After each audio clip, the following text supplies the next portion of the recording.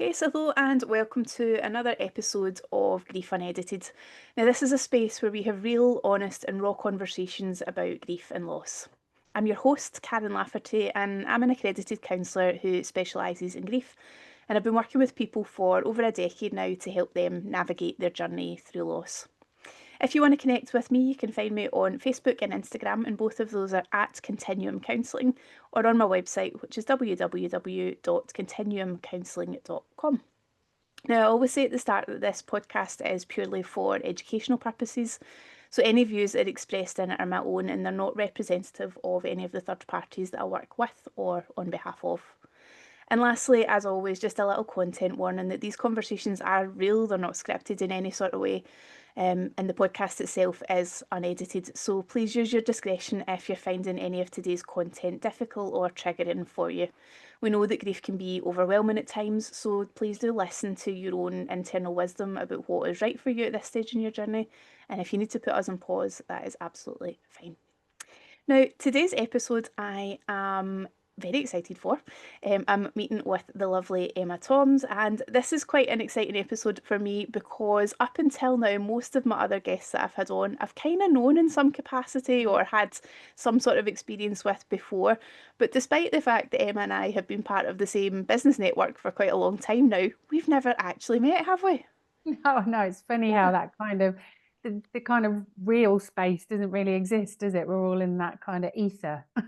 So I guess I'm probably like a weird Facebook, Instagram lurker on your page because I know I've been Same. following you for a while, but I don't know much about you. So if it feels all right, yeah, tell us a bit about yourself, Emma. Introduce yourself.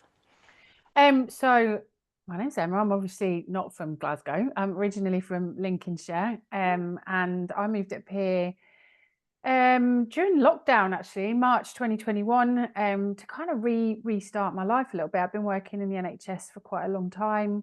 Lots of other stories that involve lots of early life stuff. But yeah, so what I do now is I'm actually a Reiki master teacher, so I bring that into a lot of my work as well. It's been a long journey, but I'm actually work with an eye movement therapy, integral eye movement therapy, and safe and sound protocol. And I really work with a lot of women with chronic illness, Mm. stress, burnout, anxiety, that kind of thing, using the eye movement therapy and nervous system regulation, a lot of somatic stuff to yeah, because there's that was my journey, was really early on, being ill and trying to find my way through the maze of information before the information highway came out. And yeah, so it's been long. So now I'm kind of old and 50, and at the Behave. other end of my journey, then it's kind of, it's nice to be able to get something to give back that really works. So yeah.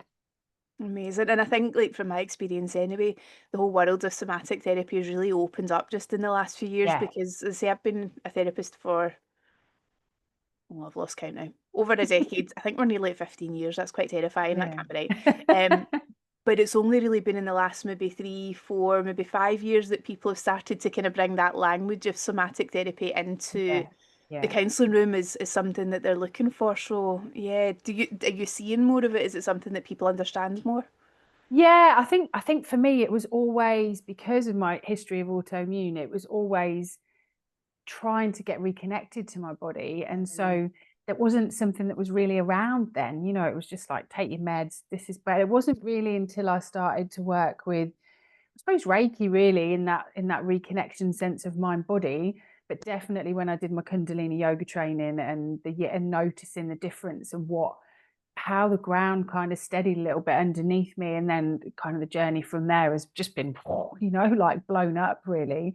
And all the dots kind of joined together after Beautiful. 30 years of searching. So yeah, it feels really nice now. And I'm always a huge advocate of like that mind body connection because I sometimes find myself pointing out to people like, these two parts of us are connected. There's Yeah, this chunk actually, in the yeah. middle that that joins those two bits together. So yeah, Yeah, it's yeah, such an important part of just making sense of our definitely. experience. Absolutely, absolutely. I think I was diagnosed when I was 17, and I think, Wow. when I really have done a lot of the work in the last, I'd say 10 years, it's been, really working through it. you know, the awarenesses that have come up through working with the nervous system of like, oh, I can remember when my body decided, yeah, that's not okay. Do you know what I mean? And Mm. how I just became totally disconnected from it in later life. But getting kind of reconnected back to it after a little while has not been always easy. But yeah, it's definitely been helpful. And I'm a big believer in holistic, you know, it's not just about what I do, it's all the other practitioners that I refer to as well, and you know, and the people that I trust that I know I've worked with. It's great. So it's a really nice way to work now. Amazing, amazing. Well, I'm interested to hear how this all kind of fits into our kind of scope and remit of our conversation today around grief. So, yeah, tell me a bit about what your experience of grief has been, and yeah, how you're maybe relating to it now in your life.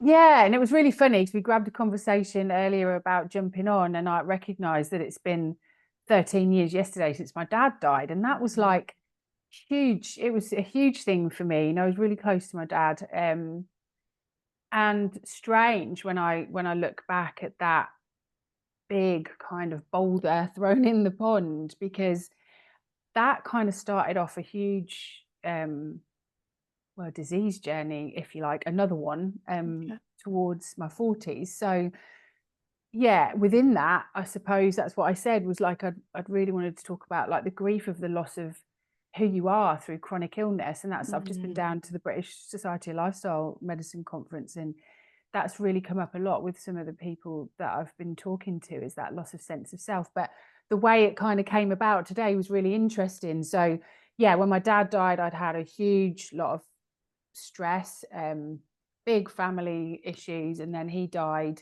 and then I was diagnosed with Graves' disease. And Graves' disease is chronic hyperthyroidism, and it is an autoimmune disease. You know, when they said, "Oh, we're going to test you," I'm like, I could tell you that it's autoimmune. So yeah, and I've heard people describe that as, you know, PMT, PMDD, ADHD, dementia, you name it, rolled into one. Your body is in total overdrive.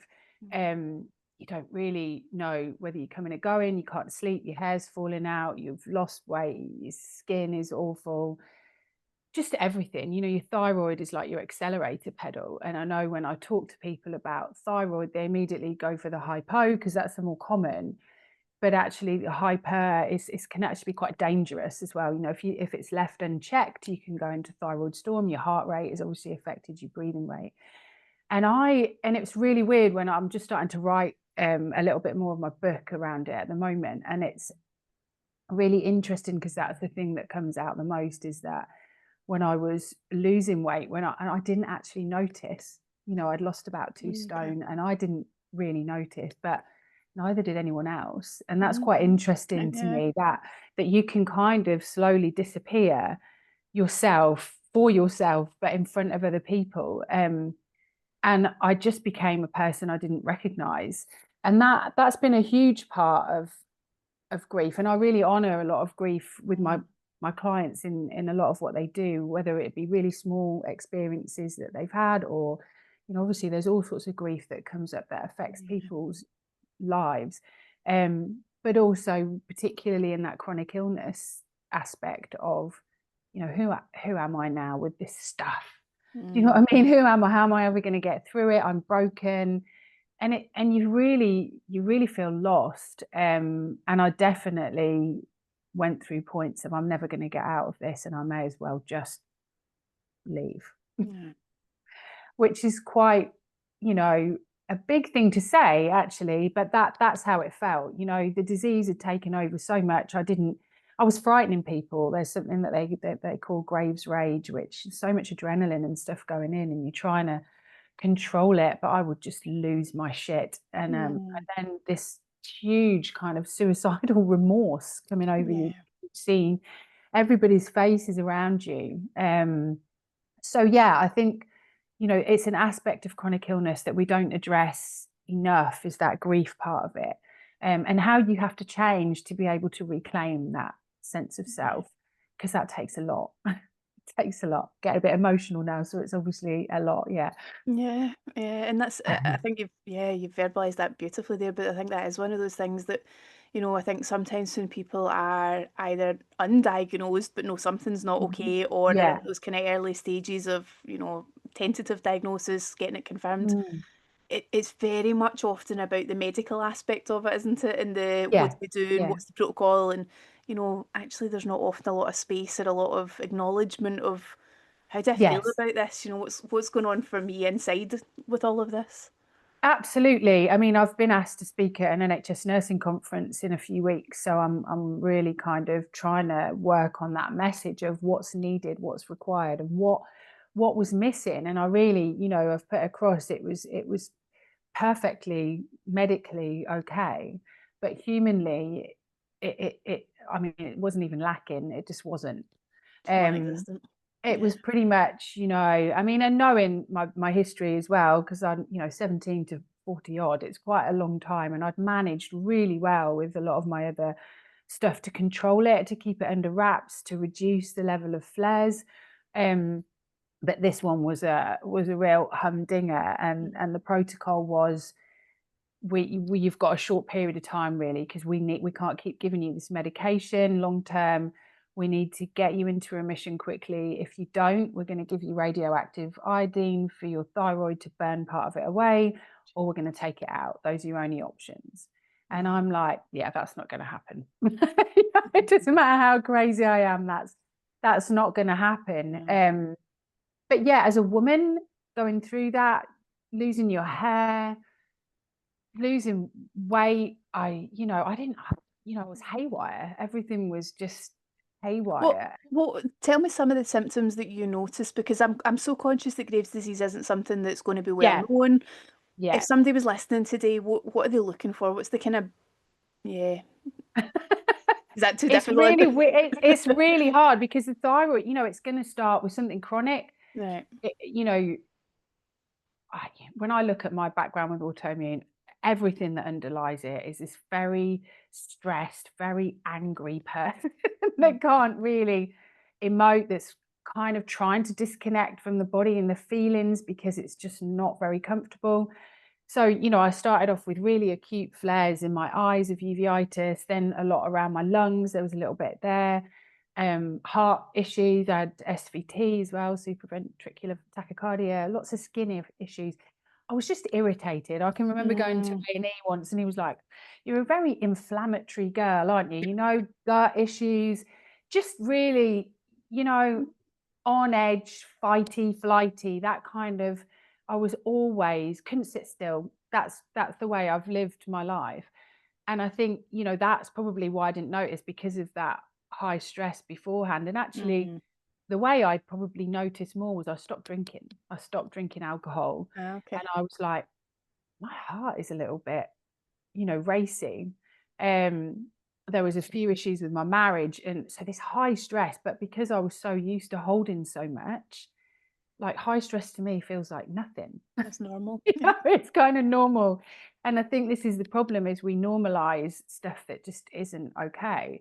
So a lot of, on top of that, a lot of childhood stuff that I didn't really have access to at the time. Looking for shortness of breath, hair loss, Mm. rapid loss of weight, increased bowel movements, issues with mood, which, for a lot of people, they're thinking it's, and this is the thing, there's this huge thing about menopause at the moment, which is great, but it's also hiding a lot of stuff that could be something else, Yeah. because Yeah, we're we need to too not assume. eager to put a label on it and go, okay, that's that. Yeah, and I think just getting your thyroid checked as a woman on a fairly regular basis, when if there's something off, Mm. is a big thing. Even hypothyroid, people are told, well, it's just your age, it's normal now. But actually, the autoimmune level of hypo is Hashimoto's disease, which Mm. probably a lot of people haven't heard of. But that's massively underdiagnosed Mm. because it's treated the same as hypo. They just don't really diagnose it, which is a real shame. Because if you start to deal with your immune system, and again with hypo, you'd be looking for, low mood, tiredness, weight, any, those opposite ends of the Sluggishness. Yeah. spectrum. And Mm. if you look at kind of like the polyvagal theory, you look at where I was, everything is really flighty. It's a lot, go, go, go, go, go, can't stop, can't sit still. I would have sat, I mean, I can remember sitting just trying to watch a film and feeling like, anxious and excited for no reason, not being able to sleep, waking up at 2, 4, you know, but then wanting to crash during the day, high cravings for sugar and fat, anything like that, which could be anything really. So it's really hard to pinpoint. But for women, you know, this thyroid health is a big deal.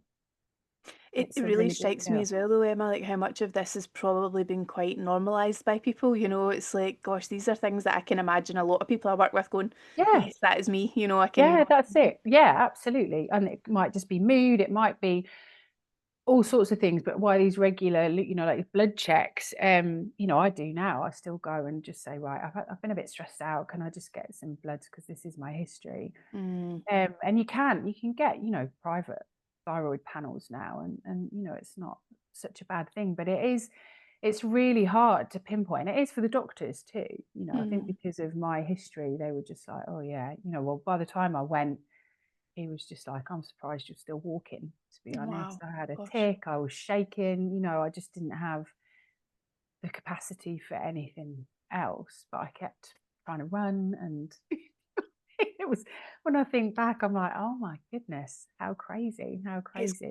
It's quite stark though, the difference, isn't it, between where you were and I guess where you are now. Like that feels yeah quite and it's not profoundly that long different. ago. It's not that long ago. But I think that was the grief part of it for me, was really firstly saying, this is where I am now, this is who I am now, this is what I've got. That just being able to accept that from a person that's a natural, you know, bit of a determined little arse, really. Love it. You know, it's quite hard to accept defeat, but I think there's a level of acceptance that stops that trying too hard to make it any different. And it was really, you know, I was away on holiday, and I can remember just my mother-in-law, who's not around anymore, my ex-mother-in-law, saying that you're not behaving like you normally do, and someone outside really recognizing that wasn't okay. The way I spoke to my husband at the time just wasn't okay, and having to come home kind of tail between my legs and feel like I'm not really normal at the moment. Something needs to be done here. And yeah, I spoke to the endocrinologist, and it wasn't actually a great deal of help. But my hair was just dropping out. I was just beat. You know, I was just done in, and I took a month off. I was working in the NHS at the time, and I just called it Project Emma, really. And I just started to have a look at what had gone wrong. You know, what was going on for me. I had to stop. And I remember the first 3 days just staring, you know, and it was a beautiful sunny time, and just went out for really slow walks, had cups of tea, slept in the afternoon. I mean, it was just so bad. I just couldn't even get up the stairs some days without being out of breath. I mean, I felt like I was 100. So yeah, it was a bit of an old lady time where I just stopped trying to be anything else other than ill. And then from there, just looked at what I used to love, which I went back to doing some writing and photography, going out for walks when I could. And that gave me some purpose and some passion back where it was really lacking. And yeah, I started to express a lot through the writing. I worked a little bit with Elephant Journal on their apprenticeship thing, and just did a little bit there. So I had a big group of people that were kind of behind you. Bought myself a camera. I'd never invested in anything like that so big before, and I had to step away from the lifestyle which was, you know, going down the pub, working, being busy. I couldn't bear it anymore. You know, the noise was too much. It was overstimulating. And I lost friends. You know, I stopped drinking. I lost, I say friends, you know, people, you know, I wrote just recently, people would say, you know, oh yeah, my nan had thyroid, just take thyroxine. And I'm like, I just want to punch you actually right now. So yeah, it was, you know, people don't really get it, and that's all you're looking for, is for someone to kind of listen. And I don't think really got it. People would take the mick because I started to go gluten-free. My diet was really rigid for a long time, just so I could get back into some rhythm. Yeah, I became a problem for everybody, really. And Wow. that was the start of kind of my marriage breakdown. And, even people, my mum will still say, now, is that your craves? And I'm like, no, it's just you. You're making me angry. So, really recognizing who I was again, because that's what I'd really lost underneath that, all of that stuff. I mean, I work energetically as well as somatically. And so, when you think about the throat chakra and the truth and what should Mm, be being expressed there, yeah. and it's no coincidence that a lot of women have thyroid issues. They're much more amenable, they're much more, and I think yeah, what was being repressed was an awful lot of stuff that I just couldn't or hadn't been able to let out in some way. So learning how to express myself softly Mm, first was great. And then obviously going to do my Kundalini yoga training really, helped. That was a lot of mantra. So being able to do that and move that energy in the breath work. So yeah, it's been worked through in so many ways, kind of psychologically, yeah. somatically, spiritually. Yeah, it's been a long journey. Yeah. I think though that also beautifully illustrates like the different levels of healing that we sometimes need to go through because again, I think for me there's something about just like how broken we can become when things go wrong, and Yeah. actually sometimes it's like, oh well, I'll take a day or two off work and I'll feel better, or do you know what, I'll go to my bed early tonight and everything will be okay tomorrow. Yeah, And I'll it's be fine like tomorrow. Yeah.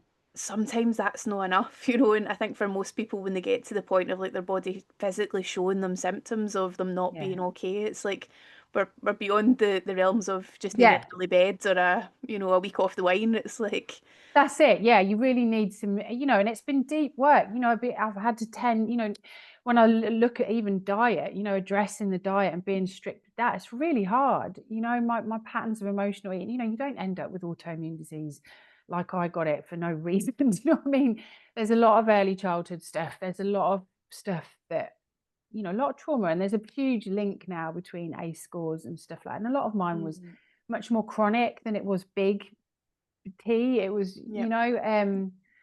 so yeah, when I look at that now and I see it, it's like those huge aha moments. That's when I'm like, of course, Mm, this is why. But now being able to deal that awareness, now being able to say, just a little reels for Instagram, when we talk about stress, it's so misunderstood. I'm so stressed out, I've got this going on. But actually, when you've got that and there's all that underlying stress that's never been dealt with, yeah. then it's just like a volcano waiting to Yep. go off. And that's literally how I would describe the acute flares that I had. And then with Graves, it was this fear that I'm never going to get into remission, and Mm, I felt like I was literally dying inside. That's how I would put it. That's how it felt. wow. The person Yeah. that I was just gone. And I think in essence, that's really what happened. I think the person that had managed for so long, the person that had accepted life the way she did, just couldn't exist anymore that Mm. way. It just was impossible.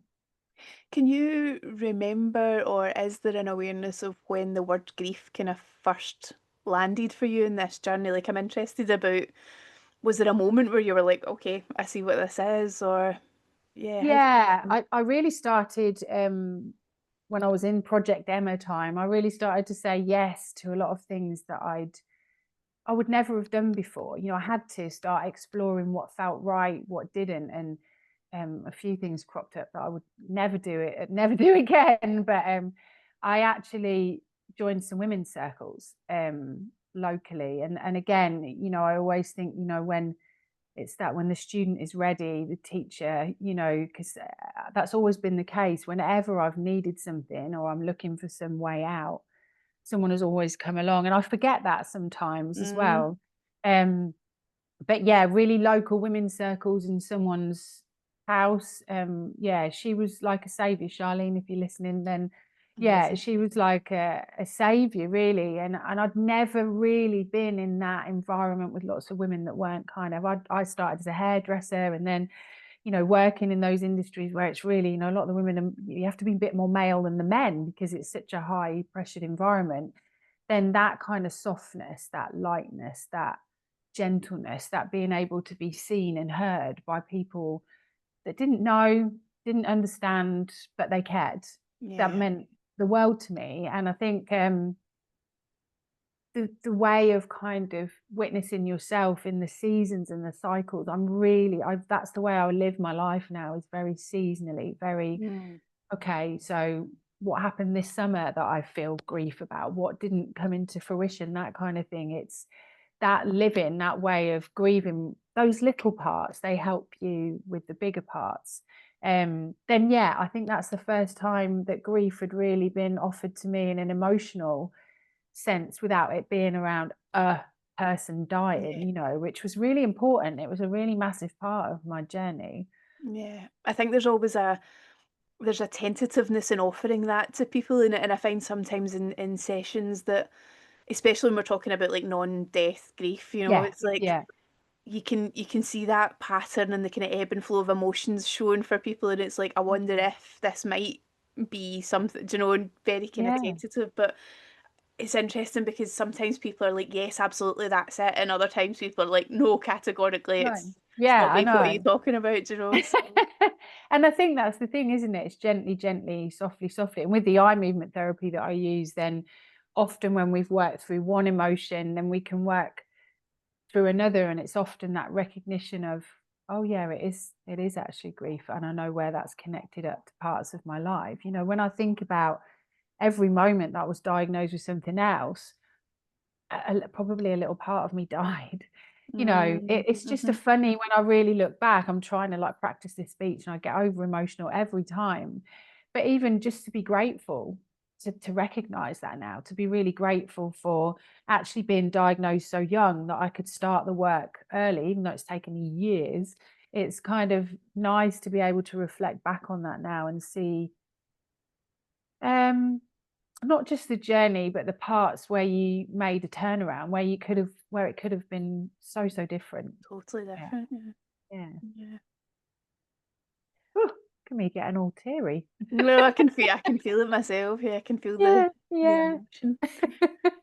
I'm wondering if have you come across the work of Mary Frances O'Connor? Is that I something? haven't actually.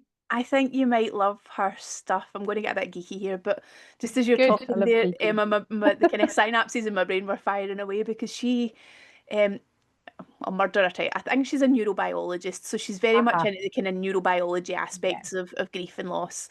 And her first book that she published was called The Grieving Brain, and it was talking about the kind of how the brain processes grief and how Yeah. we make sense Yeah. of loss.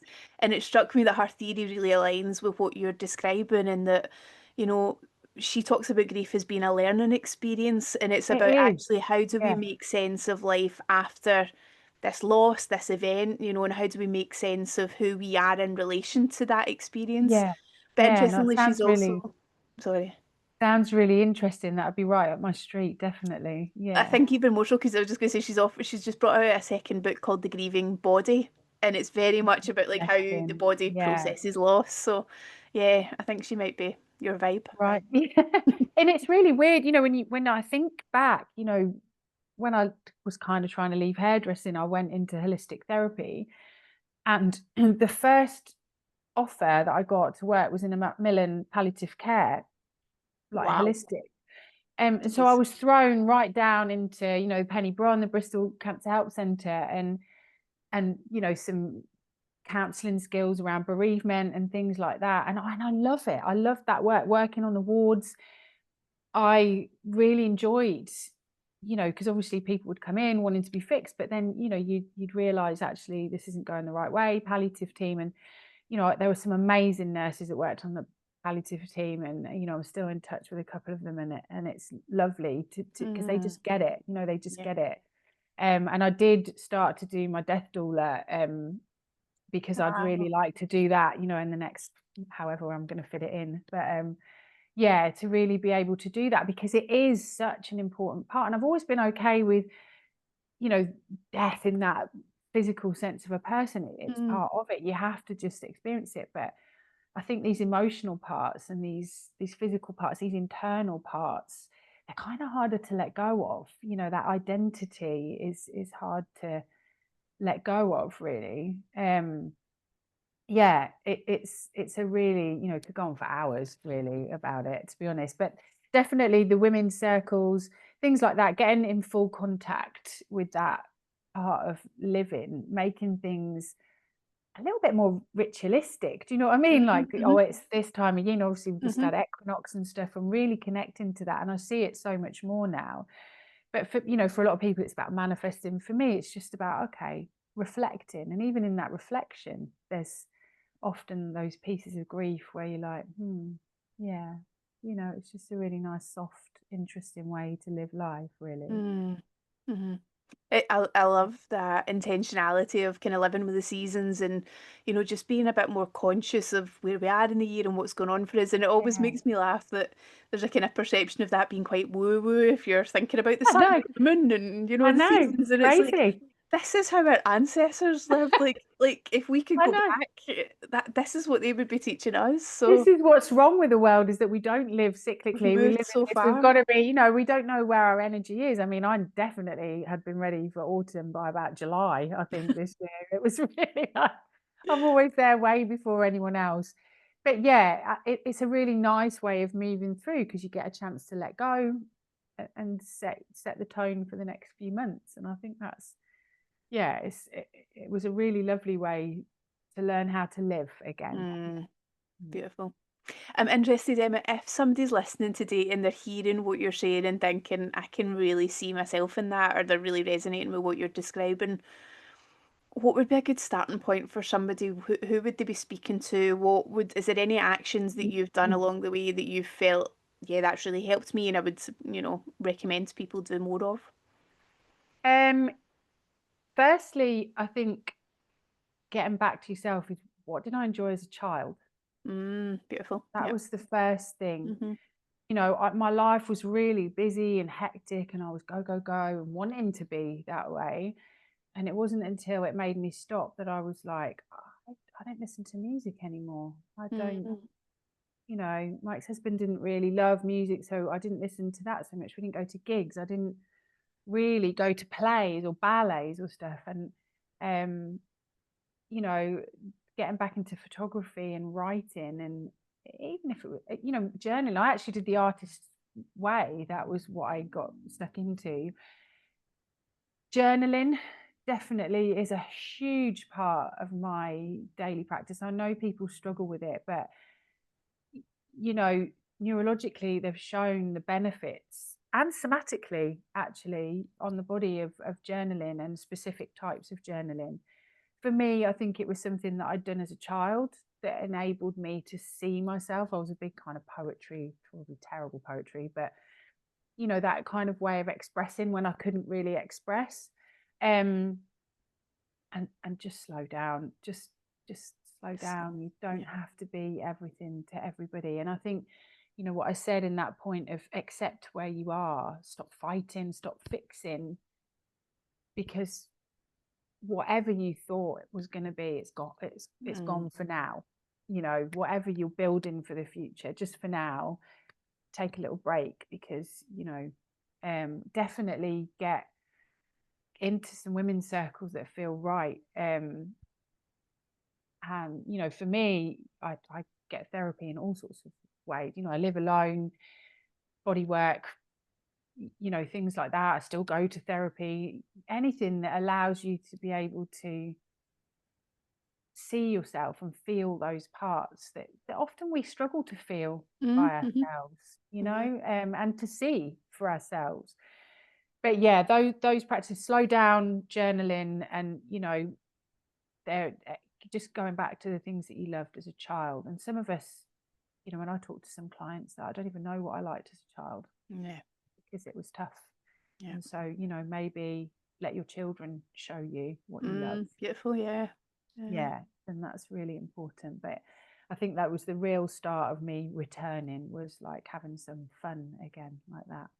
I love the sound of Project Emma. Do you know, it's like I think everybody could do with a dose of that at some point in their life to just like, obviously under maybe more pleasant Yeah, circumstances if you absolutely. encountered it, but do you know, it's like who wouldn't benefit from a month of Yeah, actually really looking inwardly as like who am I? What do I love? What do I not love? What do I need more of? What do I need less of?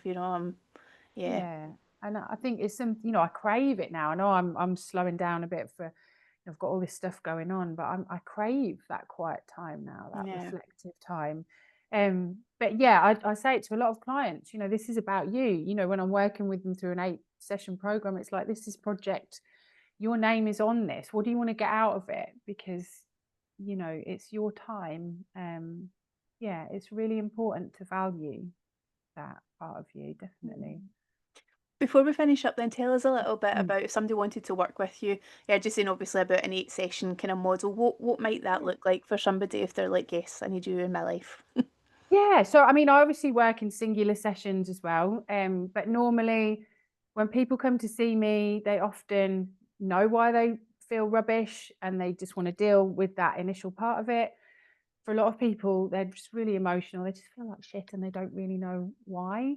Then I normally start working with the eye movement therapy, where we can really explore what's going on underneath all of the symptoms and the stress and the angry. Often people are really angry. Mm. And then I start gently to call in the safe and sound protocol, which really helps nervous system. Kind of, it's like a bit of a reprogramming, really, of perhaps, when I think about my early life experiences, I didn't have that gorgeous sense of safety that some children had. So starting to build the capacity for those feelings of, actually, this slowness, quietness is normal. Lots of gentle practices, yoga nidra, deep relaxation, things like that. And in the programs, they're weaved right in. But even if you come to see me for 1 or 2 sessions, then I always offer a lot of journaling, and they're invitations, but Mm. find the people that use them do, so much better when they're really intentional about it. So yeah, I normally work in 2-session blocks, 2-hour blocks as well. But yeah, lots of, and I've just got a group coaching program coming up, which is a really nice way. If you're not ready to dive right in, then that starts on the 7th of October, which is really a bit of education about why you might be doing what you're doing and why you might hate it. And then, a few ways of working with those relaxation, a little bit of what I do and why it works, and then a nice little circle at the end, because I love a nice circle with a bit of sharing and intentions for the future. So yeah, really working on those sessions and that program at the moment, because it's just a really nice, gentle way to build in new practices. That sounds phenomenal, and my brain is thinking, yes, I think I need an Emma in my world. And it's true, do you know, I think so many people nowadays are carrying weight and heaviness, and oh God, don't even get me started on what's going on in the world at the moment. It's just Let's not. it's just bonkers. Do you know, I was saying to my husband the other day that I had been on social media and I'm trying to have more of a social media presence and make sure I'm posting regularly, but in the space of about 3 hours of just intermittently watching stories and stuff like that, like I had watched some absolutely horrific things that are showing up in my feeds, and I'm Yeah. just like, my nervous system is not designed to respond to all of these different No, our nervous systems things that aren't designed to respond to phones and that level of information. just Our wild. brains aren't designed, and this is why stepping away, getting into nature and reconnecting to those, those seasonal, slowing right down. I mean, I don't have a telly. I don't have any. I use the phone way too much because I'm a bit of a YouTube, fanatic. But Carolyn Cowan, she works a lot with stress system, and she'll say about, just switch it off. Just switch it off.